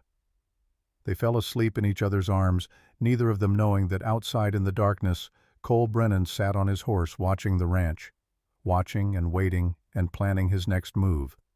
Because Cole had been in the wars. He'd seen Apache warriors fight with a ferocity that haunted his dreams. He'd lost friends to their arrows and their knives. And he'd sworn that he'd never let an Apache live free and unpunished in his territory. The warrant might be void. The amnesty might be legal. But Cole didn't care about technicalities. He cared about revenge. And revenge, Cole thought as he turned his horse and rode back toward town, always found a way. 3 days after the wedding, everything felt fragile. Owen woke before dawn to find Aida already dressed, standing at the window. She was watching the eastern hills like she expected trouble to come riding over them any moment. You feel it too, he said quietly. She turned, and her face was grave. Cole won't let this go. Men like him never do. We bought ourselves time, but time runs out. Then we use the time we have. Owen stood, pulled on his shirt. We prepare. We make sure when he comes back we're ready. Grace was already up, sitting on the porch with a cup of coffee Silas had made for her. She looked different in the morning light. Still bruised, still haunted, but there was something else now. A straightness to her spine that hadn't been there last night. The posture of a woman who'd been freed from a cage and was remembering how to stand. Morning, Owen said, stepping out onto the porch. How are you feeling? Grace looked up at him, and for the first time she smiled. It was small, tentative, like she'd forgotten how. Like I can breathe. Like maybe for the first time in 8 years I'm actually going to live instead of just survive. Aida came out behind Owen carrying plates of eggs and bacon. That's because you are going to live. We all are. She set the food down with the kind of matter-of-fact determination that made impossible things seem inevitable. They ate together, the four of them. Owen and Aida, Grace and Silas. 4 people bound by a secret, by violence, by the choice to do something the law would call wrong, but their hearts knew was right. Conversation was careful, light, deliberately avoiding the elephant sitting in the middle of the table. The grave 2 miles away. The man who wouldn't be coming back. It was Silas who finally broke the careful silence. What do we do if someone comes asking about Vernon? If his family? If anyone comes looking? Aida's voice was calm, steady. We tell them the truth.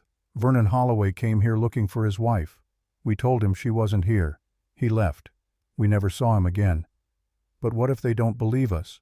Grace's voice was small, frightened. What if they search? What if they find? They won't.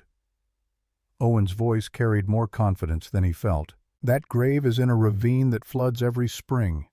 By the time anyone thinks to look there, if they ever do, there'll be nothing to find. Grace nodded, but her hands were shaking around her coffee cup. Owen noticed Silas reach over, cover her hand with his own. A simple gesture, but Grace didn't pull away, didn't flinch. That was progress. That was hope. The sound of hoofbeats made them all freeze. Multiple horses coming fast. Owen stood, hand going instinctively to the rifle leaning against the porch rail. Aida was already on her feet, knife appearing in her hand from somewhere. Grace went pale. Silas moved to stand in front of her. "Easy," Owen said quietly. "Could be anyone. Could be nothing." But it wasn't nothing. 6 riders came into view, dust rising behind them. Leading them was Deputy Marshal Cole Brennan, his badge catching the morning sun like a warning. Behind him rode 5 men Owen recognized from town. Not deputies, not law, just men who liked to follow authority and feel important. Owen's heart sank. This was it, the reckoning Aida had felt coming. Cole reined in his horse at the edge of the yard, hand resting casually on his gun belt. That casual posture was deliberate, meant to intimidate. "Morning, Cartwright. Heard you've got some guests staying here. Thought I'd come by, make sure everything's above board." "Everything's fine, Cole." Owen's voice was even betraying nothing. "Just some friends passing through." Cole's eyes moved over the porch, taking inventory. The cowboy, the woman, and the Apache. His gaze settled on Aida, and something ugly flickered in his expression. Funny thing about friends.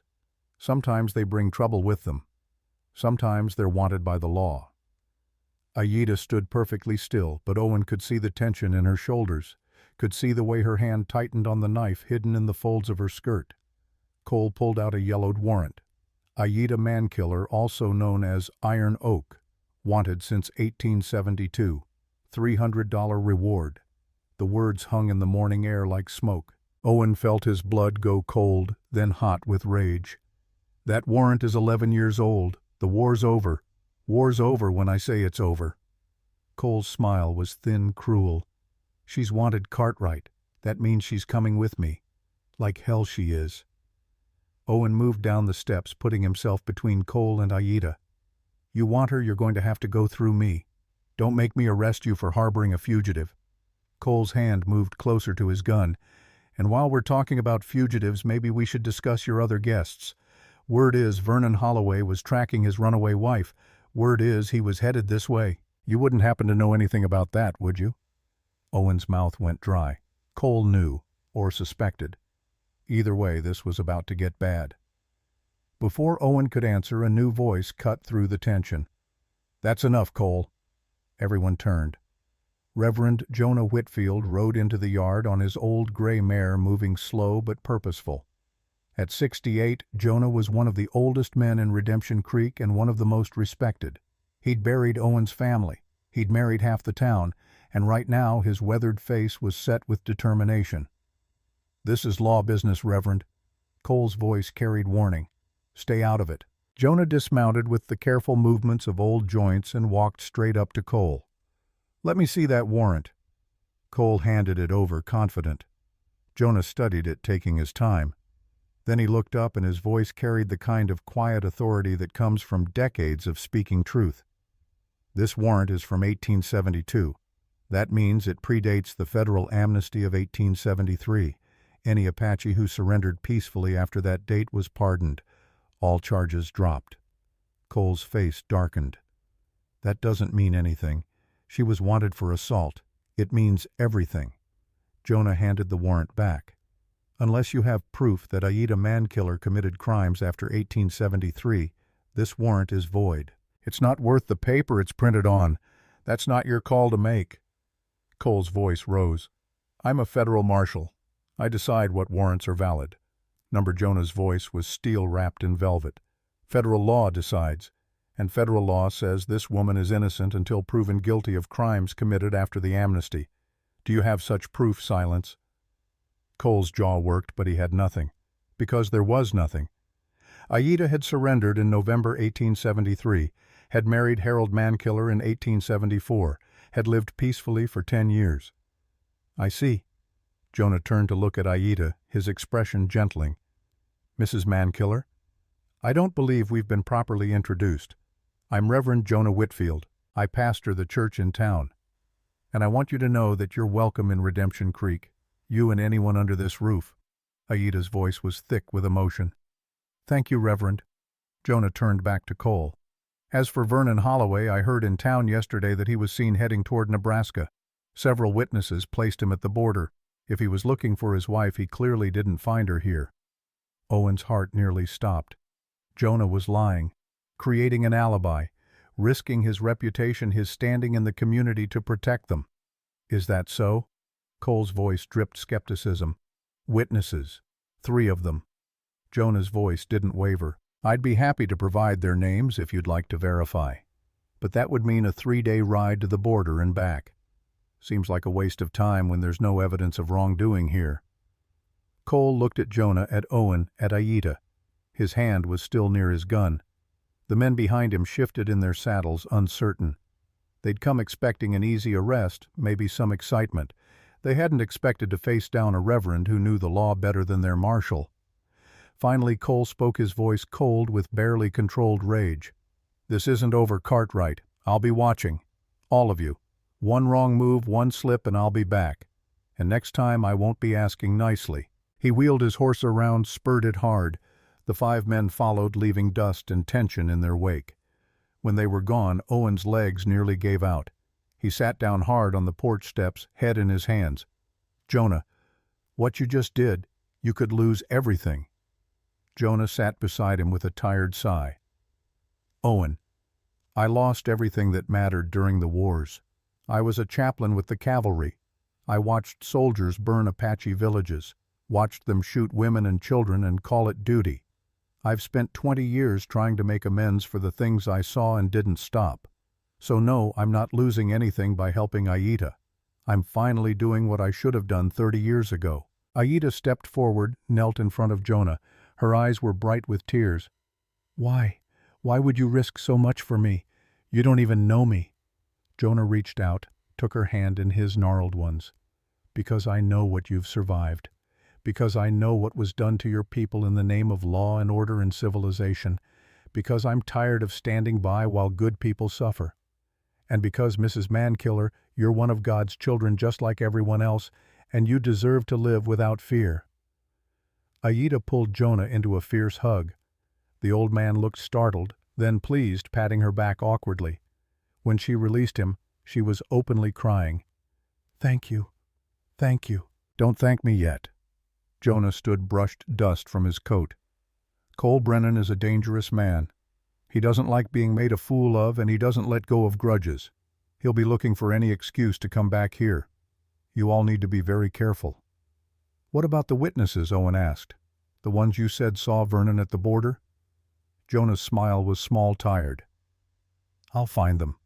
There are always people willing to testify to something they didn't see, especially if they believe they're protecting someone from injustice. I'll talk to a few folks I trust. By tomorrow there will have been 3 witnesses who saw Vernon Holloway heading to Nebraska. Child, I've told bigger lies for worse. Child, I've told bigger lies for worse reasons. If a small falsehood keeps you safe from a man who beat you for 8 years, then I'll tell it gladly and sleep soundly afterward. Grace started crying, then overwhelmed. Silas put his arm around her, held her while she shook. Jonah watched them with sad, knowing eyes. You two should get married, he said quietly.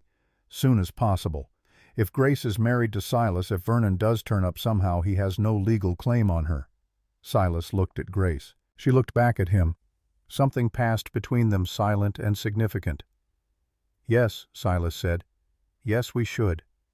Grace nodded, unable to speak, but the word yes was written all over her face. Jonah smiled. Then I'll perform the ceremony. Tomorrow, if you'd like. Here at the ranch, quiet and simple. The 4 of you can be witnesses for each other. Actually, Owen spoke up, his voice rough with emotion. Make that 2 ceremonies. Because I'd like to marry Aida, if she'll have me. Every head turned to stare at him. Aida's eyes went wide, her mouth opening in shock. Owen stood, walked over to her, took both her hands in his. "I know it's fast.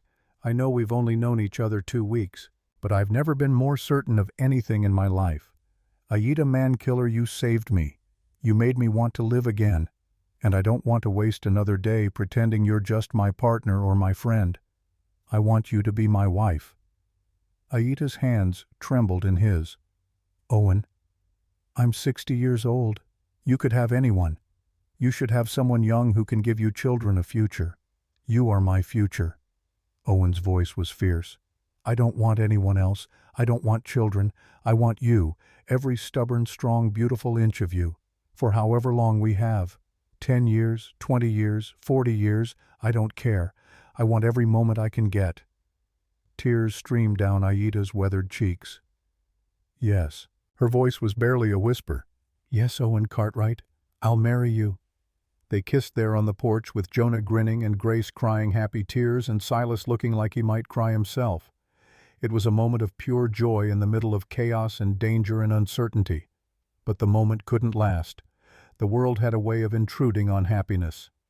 That afternoon, while they were making plans for the double wedding, while Grace was laughing for the first time in years and Aida was humming old Apache wedding songs, a rider came into the yard. It wasn't Cole this time. It was Mrs. Violet Pruitt from the general store, her face pale and frightened. "Owen Cartwright." Her voice shook. "I need to speak with you, privately." Owen's stomach dropped. Mrs. Pruitt had been one of the women staring at Aida at the train station, one of the ones who'd whispered savage, what could she possibly want? They walked away from the house out toward the barn. When they were alone, Mrs. Pruitt spoke in a rush. "I heard what happened this morning, with Cole and the warrant. I heard that Apache woman is staying here. Her name is Aida." Owen's voice was cold. "And yes, she's staying here. She's going to be my wife." Mrs. Pruitt flinched at his tone. I know I was cruel at the station. I know I judged her without knowing her. But I need to tell you something. About Cole Brennan. About why he's so determined to arrest her." "I know why." Owen crossed his arms. "He was in the cavalry. He lost friends in Apache attacks. He hates her for that. It's more than that." Mrs. Pruitt's voice dropped to barely above a whisper. "My husband, before he died, he served with Cole. He told me things. Terrible things. Things Cole did during the roundups. Things that weren't combat or defense. Things that were just—" She closed her eyes, cruelty. "Cole doesn't hate Aida because she killed his friends. He hates her because she survived when he tried to kill her people." "What are you saying?" "I'm saying Cole Brennan was at Canyon de Chelly in 1864. He was part of the unit that burned the peach orchards and killed the Apache who were trying to surrender. My husband said Cole personally shot 3 women who were carrying white surrender flags." Owen felt sick. "That's murder." "Yes." Mrs. Pruitt opened her eyes and they were haunted. "But it was war, so no one called it that. No one held him accountable. And now he's a marshal wearing a badge pretending he represents justice. But all he represents is his own guilt." And I think she paused. "I think when he sees Aida, he sees a witness to his crimes. Someone who might remember. Someone who might tell the truth about what he did. Does Aida know this? I don't know. But I thought you should know. Because Cole isn't going to let this go. He's going to find a way to come back here. And when he does, it won't be about an old warrant. It'll be about silencing the past." Owen's mind raced. "Why are you telling me this? You made it clear at the station what you think of her." Mrs. Pruitt's face crumpled. "Because I had a daughter. She died 10 years ago. Her husband beat her to death and I knew it was happening and I did nothing. I told myself it was their business, that it wasn't my place to interfere. And then she was gone and I had to live with the fact that I could have saved her and didn't." She looked toward the house where Grace was visible through the window, laughing at something Silas said. "When I saw that young woman this morning, saw the bruises, saw the way she flinched when anyone moved too fast, I saw my daughter. And I decided, I'm not standing by again. I'm not going to let Cole Brennan hurt people because I'm too afraid to speak up." Owen's anger at her softened. "Thank you for telling me." And Mrs. Pruitt, I'm sorry about your daughter. So am I. Mrs. Pruitt turned to leave, then paused. One more thing. There are others in town like me. People who've been sitting quiet, letting Cole do whatever he wants because we were afraid. But some of us are tired of being afraid. If it comes to trouble, if Cole tries to hurt you or your people, there are folks who'll stand with you. Not everyone. But enough. She rode away, leaving Owen standing in the yard with more questions than answers. He went back to the house, pulled Aida aside, told her everything Mrs. Pruitt had said. Aida's face went carefully blank. "Canyon de Chelly," she said quietly. "I was there. My mother was there. My sisters. My first son, Dakota." Owen's heart stopped. "Aida. The soldiers came at dawn. We thought we were safe. We'd been told if we went to the canyon, if we stayed peaceful, we'd be protected. We believed them." She laughed, but it was a sound like breaking glass. "We were fools. They burned our orchards, shot our animals, and then they turned their guns on us." Her voice went flat, emotionless, the way people sound when they're describing horrors too big to feel. "I saw a soldier shoot my mother while she held up a white cloth. Saw him reload and shoot my sister Nala while she tried to run with her baby. The baby her voice caught, the baby fell. I ran to pick it up. A soldier hit me with his rifle butt, knocked me down. When I woke up, they were all dead. Mother, Nala, her baby, my other sister Kaya, and Dakota, my 6-year-old son, shot in the back while he tried to hide behind a rock." Owen pulled her into his arms, held her while she shook but didn't cry. "Some pain is too deep for tears. I saw the soldier who killed Dakota," Aida whispered, "saw his face. Young, maybe 22, 23, light hair, scar on his chin. He looked right at me after he shot my son. And he smiled. Cole Brennan has a scar on his chin." "I know." Aida pulled back her face hard. "I recognized him the moment I saw him. Didn't say anything because what's the point? Who's going to believe an old Apache woman against a federal marshal? Who's going to care about what happened 20 years ago to people no one thinks matter? I care." Owen's voice was fierce. "And we're going to make sure he can't hurt you. Can't hurt any of us." How Aida's laugh was bitter. "He's the law, Owen. The law doesn't protect people like me. It never has. Then we make our own law." Owen's jaw set. "We protect each other. And if Cole comes back, we're ready."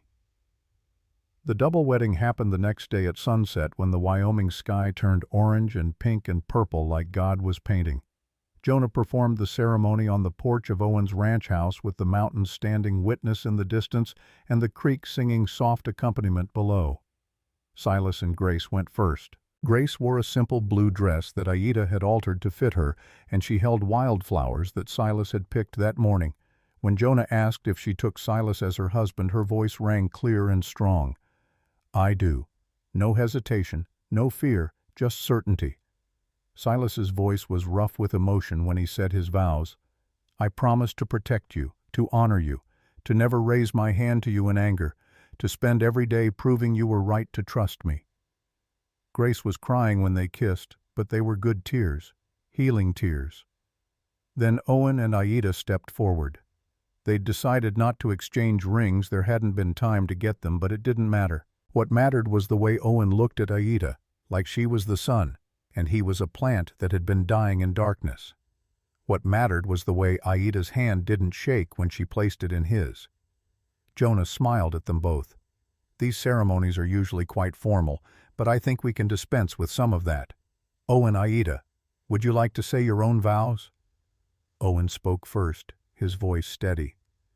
"Aida Mankiller, 2 weeks ago, I was a dead man who hadn't stopped breathing yet. I was drowning in guilt and grief, and I'd given up on the idea that life could be anything but pain. And then you stepped off that train and everything changed. You taught me how to breathe again, how to hope again, how to want a future instead of just enduring the present. I vow to spend every day of the rest of my life making sure you never regret choosing me. I vow to stand beside you, not in front of you or behind you, but beside you as your equal partner. I vow to fight for you, to fight with you, and to never let you feel invisible or forgotten, or less than the incredible woman you are." Aida was crying openly now, tears tracking down her weathered face. "Owen Cartwright," she said, her voice thick but strong. "I am 60 years old. I have buried a son, a husband, most of my family. I have survived wars and displacement and years of being told I don't belong anywhere. I came here expecting to work and be useful and maybe at the end die knowing I mattered to someone. I didn't expect to fall in love. I didn't expect to feel alive again. You gave me that. You looked at me and saw not an old woman past her prime, but someone worth wanting, someone worth choosing. I vow to give you every day I have left, every moment, every breath, every bit of strength in this old body. I vow to build a life with you that honors the people we've lost by living fully, loving fiercely, and refusing to let grief win." There wasn't a dry eye on that porch. Even Silas was wiping his face. Jonah's voice was gentle. "By the authority vested in me, I pronounce you husband and wife, both couples. May you find in each other the strength to face whatever comes, and may your love be a light in the darkness." Owen kissed Aida like she was air and he'd been drowning. When they broke apart, both of them were grinning like fools. They celebrated with a simple meal, stew and bread, and the last of the season's vegetables from the garden. No one mentioned Cole Brennan. No one mentioned Vernon Holloway's grave. No one mentioned the dangers that still circled them like wolves waiting for weakness. For one evening, they were just two couples beginning their lives together. Just 6 people who'd found family in the strangest of circumstances. Just humans allowing themselves to hope. But hope doesn't stop the world from turning. And the world was about to turn hard. 3 days after the wedding, Owen was in town buying supplies when he heard the news. Vernon Holloway's brother Marcus was in Redemption Creek. He'd been asking questions, showing people a photograph of his brother, offering a reward for information. Owen's blood ran cold. He finished his purchases quickly and rode home faster than was safe, nearly running his horse into the ground. When he burst into the house, Aida took one look at his face and knew. "What's happened?" "Vernon's brother is in town. He's looking for him." Aida's jaw tightened. "Then he won't find him. The earth keeps her secrets. But what if he doesn't believe that? What if he goes to Cole, gets a search warrant? Then we deal with it." Aida's voice was calm, but Owen could see the fear in her eyes. "We knew this might happen. We prepared for it." They had prepared. Jonah had found his 3 witnesses, people willing to swear they'd seen Vernon heading toward Nebraska. The grave was in a ravine 2 miles away, hidden under rocks and brush. Even if someone searched, they'd never find it. Probably. That probably was what kept Owen awake that night. The next morning, Marcus Holloway showed up at the ranch. He was older than Vernon had been, maybe 50, with the same hard eyes but a wearier face. He rode in alone, hands visible and away from his gun. Owen met him in the yard, rifle in hand but not raised. "Can I help you?" Marcus dismounted slowly. "Name's Marcus Holloway. I'm looking for my brother Vernon. Heard he might have come this way." "He did." Owen's voice was even betraying nothing. "Came here looking for his wife. We told him she wasn't here. He left. That was 5 days ago. Haven't seen him since. His wife is here, though."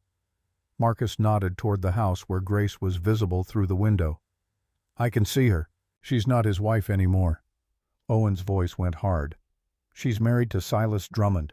They were wed by Reverend Whitfield 4 days ago. It's all legal and recorded. Married." Marcus's laugh was bitter. "Convenient timing." "It's good timing." Owen didn't back down. "Your brother beat that woman for 8 years. She finally got free. Found someone who treats her with respect. And now she's moved on. That's not convenient. That's justice." Marcus studied Owen for a long moment. "My brother wasn't a good man," he said finally. "I know that.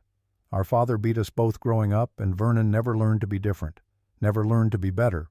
But he was still my brother. I understand that." Owen's voice softened slightly. "But he's not here. If you want to look for him, there are reports he was seen heading toward Nebraska 5 days ago. Reverend Whitfield has the names of witnesses." Marcus was quiet for a moment. Then he said something unexpected.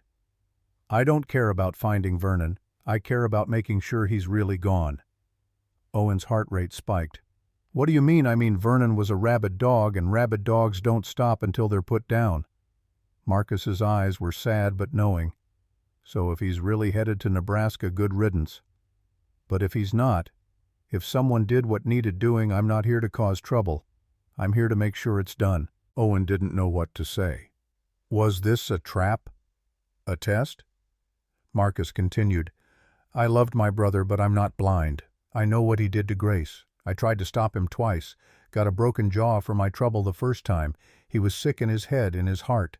And sickness like that doesn't heal. It just spreads. He looked Owen straight in the eye. So I'm going to ask you once, and I want you to tell me the truth. Is my brother dead? Owen's throat was dry. The smart play was to lie, to maintain the story. But something in Marcus's face, something in the tired grief there made him answer honestly. Yes, he's dead. Marcus closed his eyes, took a deep breath. Good. Then Grace is free. And I can stop worrying he'll show up and kill her for leaving. You're not going to ask how? Marcus opened his eyes. I'm going to go back to town, tell anyone who asks that I've accepted my brother went to Nebraska and I'm done searching. I'm going to let this go. Let him go. Why? Owen had to ask. Why would you do that? Because I'm tired. Marcus's voice was heavy. Tired of cleaning up Vernon's messes. Tired of making excuses. Tired of being the brother of a monster and wondering if that makes me one too. If he's dead, if Grace is safe, then maybe I can finally sleep at night. He mounted his horse, prepared to leave. Then he paused. Take care of her. Grace. She deserves better than what my family gave her. We will. Owen's voice was firm. I promise. Marcus nodded and rode away. Owen watched him go, hardly daring to believe it was over, that they were safe. But they weren't. Not yet. 2 weeks later, Cole Brennan came back. This time he wasn't alone and he wasn't trying to be subtle. He brought a federal judge a warrant and 8 armed men. They surrounded the ranch at dawn. Owen woke to the sound of horses and men shouting, and his blood turned to ice water. Owen Cartwright Cole's voice rang out. Come out peacefully. You and everyone in that house. You're all under arrest. Owen pulled on his pants, grabbed his rifle. Aida was already dressed, knife in her hand. Grace and Silas emerged from the spare room, both pale. What's the charge? Owen shouted through the door. Murder. Cole's voice was triumphant. We found Vernon Holloway's body. Found the grave. You're all going to hang. Owen's world tilted. Impossible. The grave was hidden. No one could have found it. But they had. We have 2 choices. Aida's voice was calm, but her eyes were fierce. We surrender and hope the law is fair, which it won't be.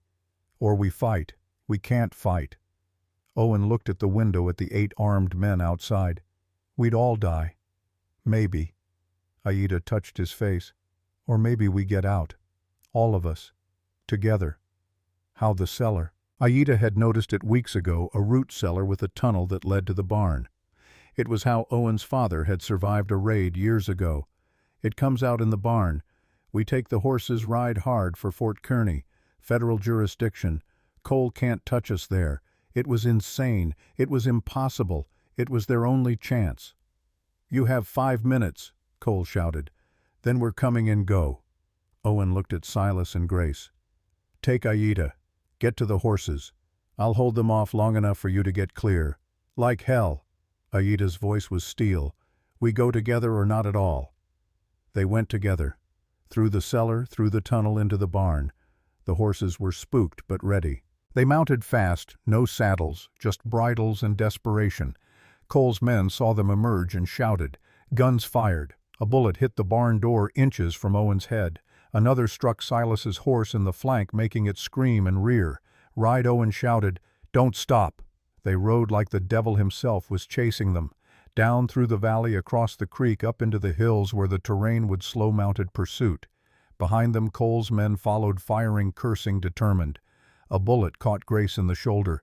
She cried out but kept riding Silas beside her, one arm around her waist to keep her in the saddle. Another bullet buzzed past Aida's head so close Owen felt the wind of it.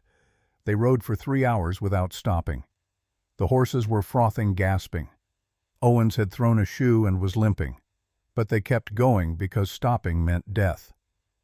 When Fort Kearny finally came into view, Owen nearly wept with relief. Federal territory, federal protection, safety. They rode through the gates at a gallop, and soldiers immediately surrounded them, guns raised. "We seek federal protection." Owen's voice was hoarse. "I'm Owen Cartwright. This is my wife, Aida. We're being pursued by a corrupt marshal on false charges. We invoke the right to federal hearing." The fort commander, a grizzled captain named Morrison, looked them over. "You look like you've been through hell." "We have been." Owen dismounted, helped Aida down. "And we need your help." Morrison nodded to his men. "Take them to the infirmary. Get that woman's shoulder treated. And someone find me all the paperwork on whatever mess this is." That evening, safely inside the fort with Grace's wound bandaged and guards outside their door, the four of them sat around a table with Captain Morrison and Fort Kearny's legal officer, a sharp young lieutenant named Hastings. "Tell me everything." Morrison's voice was firm but not unkind. "From the beginning." So they did. All of it. Vernon's abuse, his attack, Silas shooting him in defense of Grace, the decision to bury him, Marcus Holloway's visit, Cole Brennan's vendetta, the old warrant, all of it. When they finished, Morrison and Hastings exchanged glances. "This is a mess." Morrison rubbed his face. "A legal, moral, tactical mess. But it's also clear." Hastings spoke up, his voice precise. "This was defense of another. Silas Drummond shot Vernon Holloway to prevent him from murdering Grace Holloway. That's not murder. That's justifiable homicide. Tell that to Cole Brennan." Owen's voice was bitter. "I will."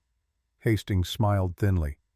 "Marshal Brennan has no jurisdiction to arrest anyone on federal land. And furthermore, his warrant for Aida Mankiller is invalid under the 1873 amnesty. I've read the relevant statutes. If he tries to arrest her, he'll be in violation of federal law himself. So what happens now?" Grace's voice was small, pained from her wound. "Now, Morrison said we send for the territorial governor. We hold a federal hearing. We get statements from everyone involved, including witnesses from town. And we let actual law, not Cole Brennan's personal vendetta, decide what happens. And in the meantime," Aida asked. "In the meantime, you're under federal protection." Morrison's voice was firm.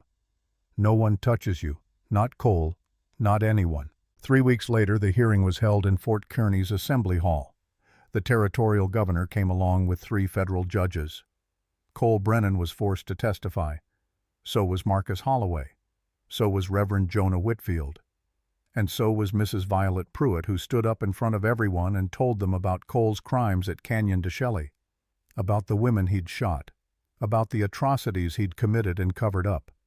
Cole denied it, of course, called her a liar, called them all liars. But then Aida testified, described Canyon de Chelly in detail, described the soldier with light hair and a scar on his chin who'd shot her son, and smiled, described watching her family die while soldiers who were supposed to protect them burned and killed, and laughed. The judges listened in silence. Then they deliberated. Their verdict came the next day. Silas Drummond was cleared of all charges, justifiable homicide in defense of another. Aida Mankiller's old warrant was officially voided under the 1873 amnesty. Cole Brennan was stripped of his marshal's badge pending investigation into war crimes, and Owen, Aida, Grace, and Silas were free to go home. They rode back to the ranch 3 days later, exhausted but alive. The house was still standing, though Cole's men had torn through it looking for evidence. The barn needed repairs. Some of the cattle had wandered off, but they were home, and they were together, and they were free. That night, Owen and Aida stood on their porch watching the sunset paint the mountains gold. "We did it." Owen's voice was full of wonder. "We actually survived." Aida leaned against him, solid and warm. "We did more than survive. We lived. We fought. We won." "What happens now?" "Now," Aida smiled, "now we build. We fix the barn. We find the cattle. We plant seeds for next year's crops. She looked up at him. We plant seeds for our future. Owen kissed her long and deep and full of promise. I love you, Aida Cartwright, and I love you, Owen, for every day we have left. 1 year later, spring 1885. The ranch was thriving. 200 head of healthy cattle, fences mended, barn rebuilt. The house had a new porch and fresh paint and curtains in the windows. Grace and Silas had built a small cabin on the north edge of the property. Grace was 5 months pregnant, glowing with health and happiness. Silas worked the ranch alongside Owen, and in the evenings the four of them ate together, told stories, laughed like family. Because that's what they were. Family. Not by blood, but by choice, and survival, and love. One afternoon, Aida was sitting on the porch teaching a young girl how to weave a dream catcher. The girl was 7 years old with dark hair and eyes and copper skin. Her name was Kia, which meant howling wolf in Apache. She was an orphan from the reservation, parents dead from disease, no family left. Until Aida and Owen had ridden out there 3 months ago and brought her home. Kia laughed as the threads tangled in her small fingers. I can't do it right, Grandmother Aida. You're doing perfectly. Aida's voice was patient, warm. Learning takes time. You'll get it. Owen came around the corner of the house and stopped just watching them. Aida, with her gray braided hair and weathered face, bent over this child with infinite patience. Kia chattering away, calling Aida grandmother like it was the most natural thing in the world. His heart swelled so large he thought it might burst. Aida looked up, caught him watching, smiled. Come join us. We're making dream catchers for your bedroom, Kia. So you only have good dreams. I already only have good dreams. Kia's voice was matter-of-fact. Because I'm home now. Owen sat beside them, put his arm around Aida's shoulders. Yes, he said softly. We're all home now. That evening, after Kia was asleep and the house was quiet, Owen and Aida walked out to the creek where they'd first really talked, where Aida had told him about Dakota, where Owen had cried for the first time in years. You know what I realized today, Owen said, holding her hand.